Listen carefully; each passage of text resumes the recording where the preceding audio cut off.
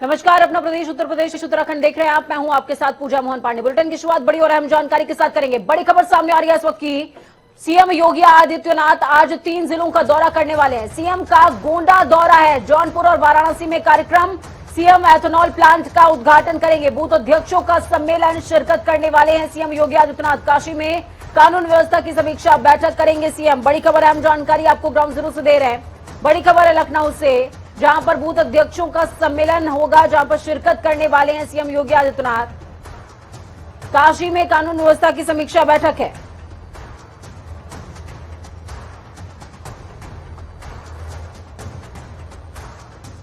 मुख्यमंत्री योगी आदित्यनाथ 27 नवंबर यानी कि आज जिलों के दौरे पर आ रहे हैं। वो मिर्जापुर चीनी मिल में देश के सबसे बड़े डिस्टिलरी प्लांट का आधारशिला रखने वाले हैं। 350 किलोलीटर क्षमता के प्लांट की स्थापना पर 455.84 करोड़ रुपए खर्च किए जाएंगे।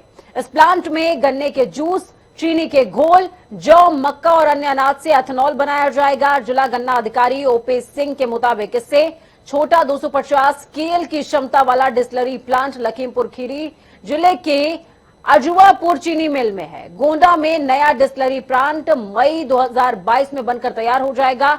डीएम मार्कंडेय शाही ने कार्यक्रम स्थल का निरीक्षण करते हुए तैयारियों का जायजा भी ले लिया है। चलिए ग्राउंड जीरो का रुख करते हैं। गोंडा से विपिन हमारे साथ में लाइव जुड़ चुके हैं। विपिन, क्या कुछ अपडेट है ग्राउंड जीरो से? सीएम कुछ ही देर में पहुंच जाएंगे और एथेनॉल प्लांट का उद्घाटन भी होगा। जी पूजा, आपको बता दें कि सबसे पहले आपको बता दें कि यहाँ पे मुख्यमंत्री योगी आदित्यनाथ 11 बजे पहुंचेंगे। 50 मिनट का उनका प्रोग्राम यहाँ पे रखा गया है।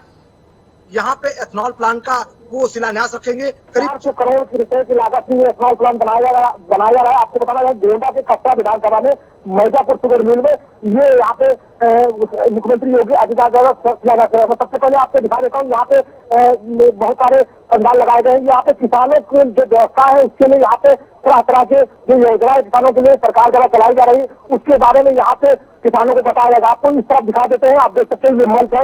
यहाँ पे मंच लगा हुआ है। यहाँ पे मुख्यमंत्री योगी आदित्यनाथ आएंगे और मंच पे जाएंगे। मंच पे जाने के बाद में क्या क्या व्यवस्था यहाँ पे दी जा रही है उसके बारे में यहाँ पे लोगों को बताएंगे। आपको बताना चाहेंगे मुख्यमंत्री योगी आदित्यनाथ यहाँ पर 11 बजे पहुंचेंगे। जिले के लिए बड़ी सौगात है, जो कि एथेनॉल प्लांट लगने से कहीं ना कहीं जो पेट्रोल के दाम बढ़ रहे हैं ऐसे में लोगों को राहत मिलेगी। आपको बताना चाहेंगे 350 लीटर पहले यहाँ पे एथेनॉल तैयार किया जाएगा, जो कि गन्ने के तेल से बनाया जाएगा। आपको ये भी बताएं कि करीब 50 मिनट के प्रोग्राम में यहाँ पे सीएम का जो रहेगा उसको सारी व्यवस्था की जाएगी। प्रशासन पूरी तरह एक्टिव है। आपको ध्यान देते हैं पुलिस प्रशासन किस तरह चप्पे चप्पे पे लगाए गए, बैरिकेडिंग कराई गई, सारी व्यवस्था है। यहाँ पे सुबह से डीएम मार्कंडेय शाही और एसपी संतोष कुमार मिश्रा यहाँ पे लगे हुए सारी व्यवस्थाओं की निगरानी कर रहे हैं। जी पूजा, बिल्कुल, व्यवस्थाओं की निगरानी खुद कर रहे हैं तमाम अधिकारी। और सबसे बड़ी बात यह है कि कहीं ना कहीं जिले के लिए ये बड़ी उपलब्धि के जैसा होने वाला है। बहुत शुक्रिया हमारे साथ जुड़ने के लिए विपिन, अहम जानकारी साझा करने के लिए।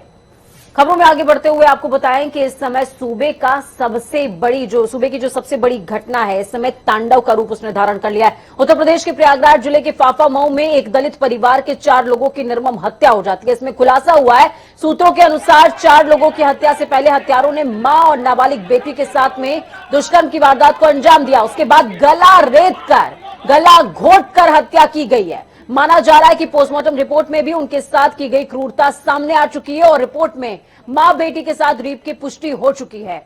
इसकी जांच के लिए पुलिस ने वेजाइनल स्वैब को सुरक्षित रखा हुआ है। आपको ये बता दें कि घटना के समय कमरे के अंदर मां बेटी के कपड़े अस्त व्यस्त मिले थे, जिसके बाद से ही आशंका जताई जा रही थी उनकी स्थिति को देख करके कि कुछ तो हुआ है। सामूहिक दुष्कर्म का आरोप लगाते हुए केस दर्ज करवाया था परिवार वालों ने। तो वहीं अब पोस्टमार्टम रिपोर्ट में यह खुलासा हुआ कि चारों के सिर पर गंभीर चोटें, मां और नाबालिग बेटी के साथ दुष्कर्म की वारदात, बर्बरता की हदें पार हुई हैं। आरोपियों की लार और अन्य चीजों को भी जांच के लिए सुरक्षित रख लिया गया। ये भी बताया जा रहा है कि दुष्कर्म के बाद गला दबाकर उसकी हत्या की गई, जबकि उसके भाई की नाक और मुंह दबा करके हत्या की गई है। आनंद हमारे साथ में जुड़े हुए हैं ग्राउंड जीरो से। आनंद, कल जब हम बात कर रहे थे इस पूरे विषय को लेकर के तो आशंका थी कि दरिंदगी हुई है, लेकिन आज इस बात की पुष्टि हो चुकी है। देखिए पूजा, ये पूरी घटना एक सामाजिक मापदंड से देखा जाए तो बहुत दिल दहला देने वाली है। एक ही परिवार के 4 लोगों की निर्मम हत्या कर दी गई, यानी पूरे परिवार को खत्म कर दिया गया। यही बात नहीं थी। उन परिवार के पास एक बकरी भी हुआ करती थी, उस बकरी को भी मार दिया गया। तो ऐसे में ये हत्या ने कानून व्यवस्था को लेकर तो सवाल उठाया, लेकिन सबसे बड़ी बात ये थी जो क्रूरता की बात आई, यानी वो लड़की जो पढ़ने में बहुत अच्छी थी, हमेशा पढ़ा करती थी और एक अच्छा अधिकारी बनने का सपना सजोया था, उस लड़की के साथ सामूहिक दुष्कर्म की बात सामने आई है।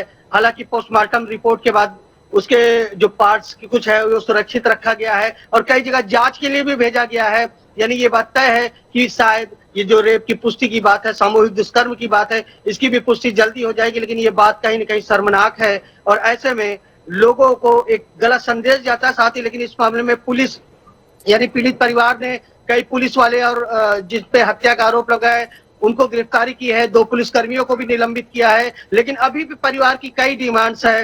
वो डिमांड्स है 2019 से जितने भी पुलिसकर्मी इस मामले में जांच में लगाए गए थे उनके खिलाफ भी कार्रवाई होनी चाहिए और जो दोषी है उनके खिलाफ सख्त से सख्त कार्रवाई होनी चाहिए, यानी फांसी की सजा मिलनी चाहिए।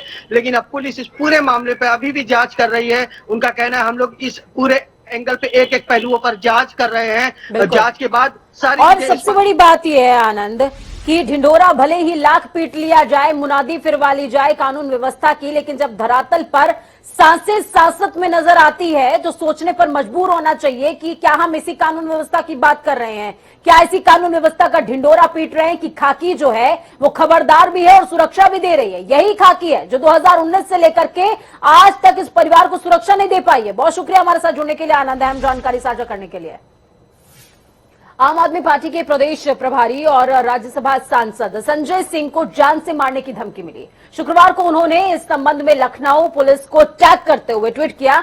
धमकी देने वाले का फोन नंबर भी ट्वीट किया है। सांसद ने इस संबंध में गोमती नगर थाने में प्रार्थना पत्र भी दे दिया, जिसके बाद देर शाम मुकदमा दर्ज करते हुए पुलिस ने जांच शुरू कर दी है।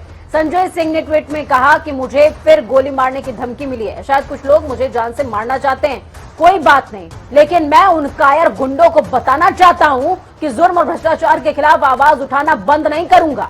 वहीं उन्होंने धमकी वाली जो कॉल करने वाले का नंबर है, मोबाइल नंबर भी साझा करते हुए उन्होंने कहा कि लखनऊ पुलिस इसका संज्ञान ले ले। साथ ही ये भी बताया कि ये कॉल उनके सहयोगी अजीत के नंबर पर डाइवर्ट हुई थी, जिनके फोन पर ये तमाम बातें कही गई हैं। सबसे बड़ी बात आपको बता दें कि हजरतगंज थाने में संजय सिंह ने ये मामला दर्ज कराया।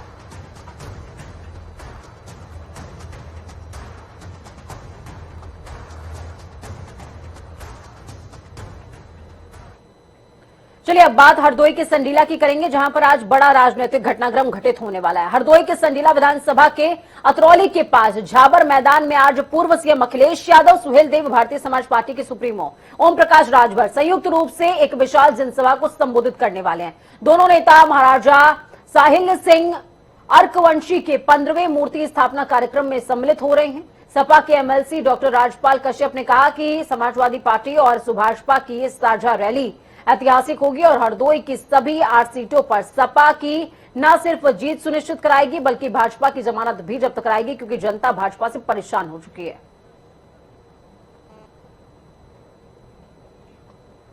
चलिए ग्राउंड जीरो का रुख करते हैं। मोहम्मद आसिफ हमारे साथ में जुड़े हुए हैं। आसिफ, क्या कुछ अपडेट है ग्राउंड जीरो से? जी, आपको बताना चाहूंगा ये अखिलेश यादव और ओम प्रकाश राजभर की जनसभा है। तो लगभग 11:30 बजे अखिलेश यादव हेलीकॉप्टर से हरदोई यहाँ जनसभा को संबोधित करने पहुंचे गए और उसके बाद जो है अपने विभिन्न कार्यक्रमों का जायजा भी लेंगे। जी, इस दौरान ओपी राजभर भी यहाँ पर मौजूद रहने वाले हैं। ओपी राजभर के अलावा कौन कौन मंच साझा कर सकता है? जी, ओपी राजभर रहेंगे और अखिलेश यादव रहेंगे और अन्य जो है यहाँ के जो सपा के नेता वगैरह हैं वो उनके साथ रहेंगे, मौजूद रहेंगे जनसभा में ही। जिला अध्यक्ष हो गए और भी जो अन्य नेता हैं दोनों पार्टियों के, वो सभी मौजूद रहेंगे। ठीक है, बहुत शुक्रिया हमारे साथ जुड़ने के लिए, अहम जानकारी ग्राउंड जीरो से साझा करने के लिए। केंद्रीय गृह मंत्री अमित शाह और मुख्यमंत्री योगी आदित्यनाथ 2 दिसंबर को सहारनपुर में स्टेट यूनिवर्सिटी का शिलान्यास करने वाले हैं। कार्यक्रम प्रस्तावित यूनिवर्सिटी के परिसर पुवारंगा में होने वाला है। व्यवस्थाओं को अंतिम रूप देने के लिए प्रदेश के उच्च शिक्षा प्रमुख सचिव सुभाष चंद्र को नोडल अफसर नियुक्त किया गया है। डीएम अखिलेश सिंह ने बताया कि लखनऊ से संकेत मिले हैं कि सहारनपुर में बनने वाली मां शाकुंभरी देवी स्टेट यूनिवर्सिटी का शिलान्यास 2 दिसंबर को हो जाएगा। इसमें गृह मंत्री अमित शाह और मुख्यमंत्री योगी आदित्यनाथ भाग लेने वाले हैं। इस दौरान पुआरका में ही दोनों नेता एक जनसभा को भी संबोधित करेंगे। उधर अमित शाह और योगी आदित्यनाथ के आने के संकेत मिलते ही प्रशासन और शिक्षा विभाग एकाएक सक्रिय हो चुका है।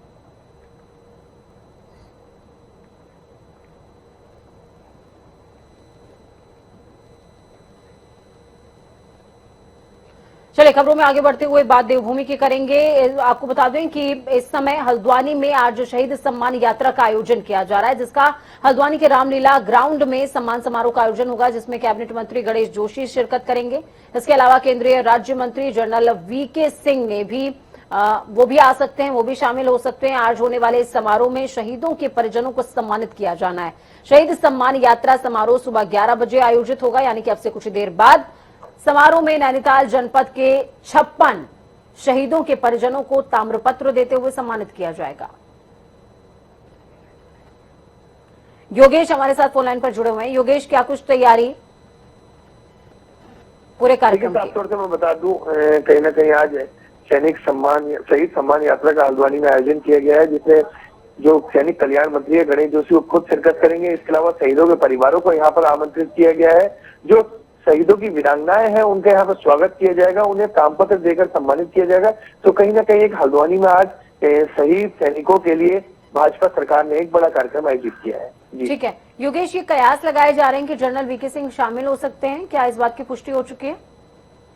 देखिए, ये कयास लगाया जा रहा था कि जनरल वीके सिंह भी इस कार्यक्रम में शामिल हो सकते हैं, लेकिन उनके आने का कार्यक्रम अब पूरी तरीके से कैंसिल हो गया है। इस कार्यक्रम में पहले मुख्यमंत्री को भी आना था, वो भी अभी नहीं आएंगे। इस कार्यक्रम में केवल जो सैनिक कल्याण मंत्री है गणेश जोशी वही शिरकत करेंगे और वही शहीदों की वीरांगनाओं को तामपत्र देकर सम्मानित करेंगे।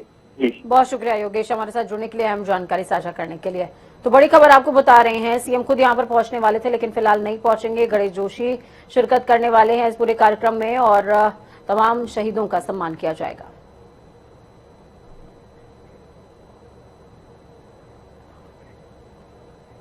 तो इस बीच देवस्थानम बोर्ड को लेकर बड़ी खबर सामने आ रही है। देवस्थानम बोर्ड के विरोध में अभिशाप रैली राजधानी में आयोजित होगी। आज एकत्र होंगे पंडा पुरोहित। देवस्थानम बोर्ड के विरोध में हक हकूकधारी सरकार के खिलाफ मोर्चा खोलने वाले हैं। विरोध रैली निकलेगी राजधानी में। आज एकत्रित होंगे पंडा पुरोहित। देहरादून से बड़ी खबर आपको बता रहे हैं, देवस्थानम बोर्ड के विरोध में हक हकूकधारी राजधानी में बड़ा हंगामा करने की तैयारी में है। सरकार के खिलाफ विरोध रैली निकलेगी। देवस्थानम बोर्ड को के विरोध में अभिशाप रैली निकालने की तैयारी है।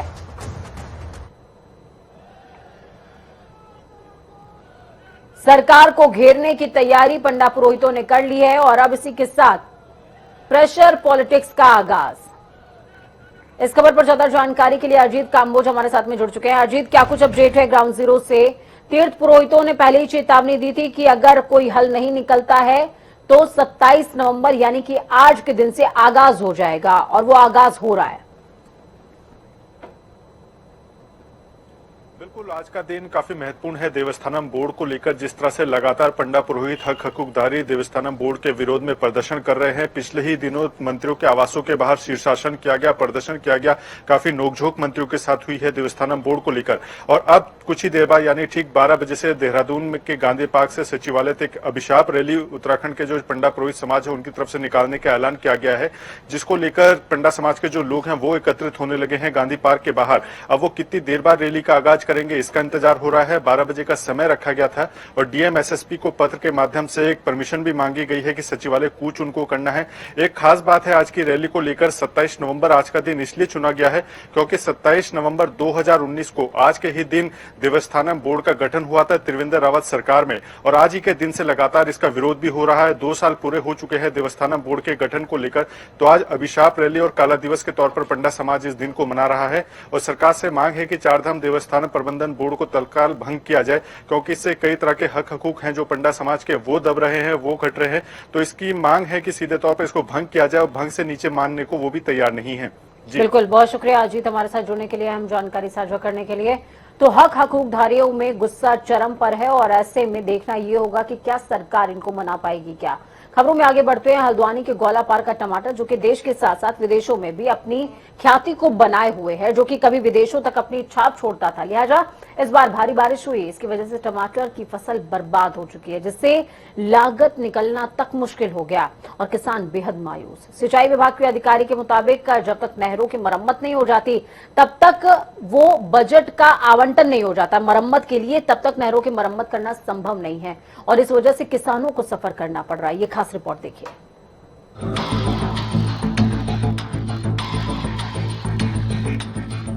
हल्द्वानी के गौलापार का टमाटर उत्तर भारत की मंडियों में धूम तो मचाता ही है, इसके अलावा पाकिस्तान तक निर्यात किया जाता है।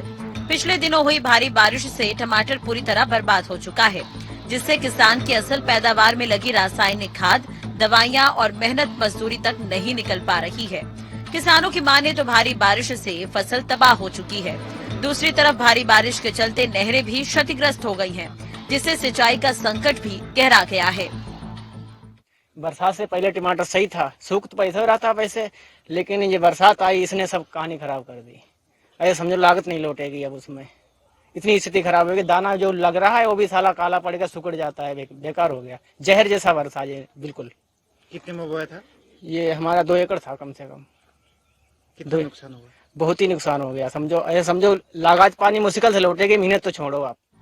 आपदा के दौरान क्षतिग्रस्त नहरों की मरम्मत में बजट की कमी आड़े आ रही है। करीब 13 करोड़ का बजट सिंचाई की नहरों की मरम्मत के लिए चाहिए। सिंचाई खंड हल्द्वानी के गौलापार इलाके में सिंचाई की नहरों को बड़ा नुकसान पहुंचा है, जिससे सिंचाई का संकट गहरा गया है। सिंचाई संकट के चलते तैयार होने के कगार पर खड़ी फसल भी बर्बाद हो गई है। टमाटर की फसल तबाह हो चुकी है। अधिशासी अभियंता के मुताबिक करीब 28 नहरों को ठीक किया जा चुका है। अब विभाग को बजट का इंतजार है, जिसके लिए शासन को अवगत कराया जा चुका है। नहरें थी उसमें से हमने लगभग 28 नहरें चालू करा दी हैं, किसी तरह से, कुछ उधार में करके, कुछ अपने लोकल स्टाफ से करके, लेकिन पूरी तरह से जब ही इनका निदान हो पाएगा, जबकि हमें पैसा प्राप्त होगा, उसके बाद नियमानुसार हम कार्रवाई करते हुए इनको चालू करने का प्रयास करेंगे। गौलापार इलाके में अभी सिंचाई का कोई वैकल्पिक साधन नहीं है। अब विभाग की नजरें बजट के आवंटन पर टिकी है। गौलापार इलाके में अभी टमाटर के अलावा धान और अन्य फसलें तैयार होने की कगार पर खड़ी है। यदि वक्त रहते नहरों की मरम्मत का काम पूरा नहीं हुआ तो सिंचाई के इंतजार में फसलें बर्बाद हो जाएंगी, जिसका काश्तकारों को बड़े पैमाने पर नुकसान होना तय है। हल्द्वानी से योगेश शर्मा की रिपोर्ट। वक्त यहाँ पर छोटे से ब्रेक का ब्रेक के उस पार खबरों का सफर लगातार जारी है। बने रहिए जनता टीवी के साथ, क्योंकि हमें आपकी ताकत, अपना और अपनों का बहुत ज्यादा ख्याल रखें। नमस्कार।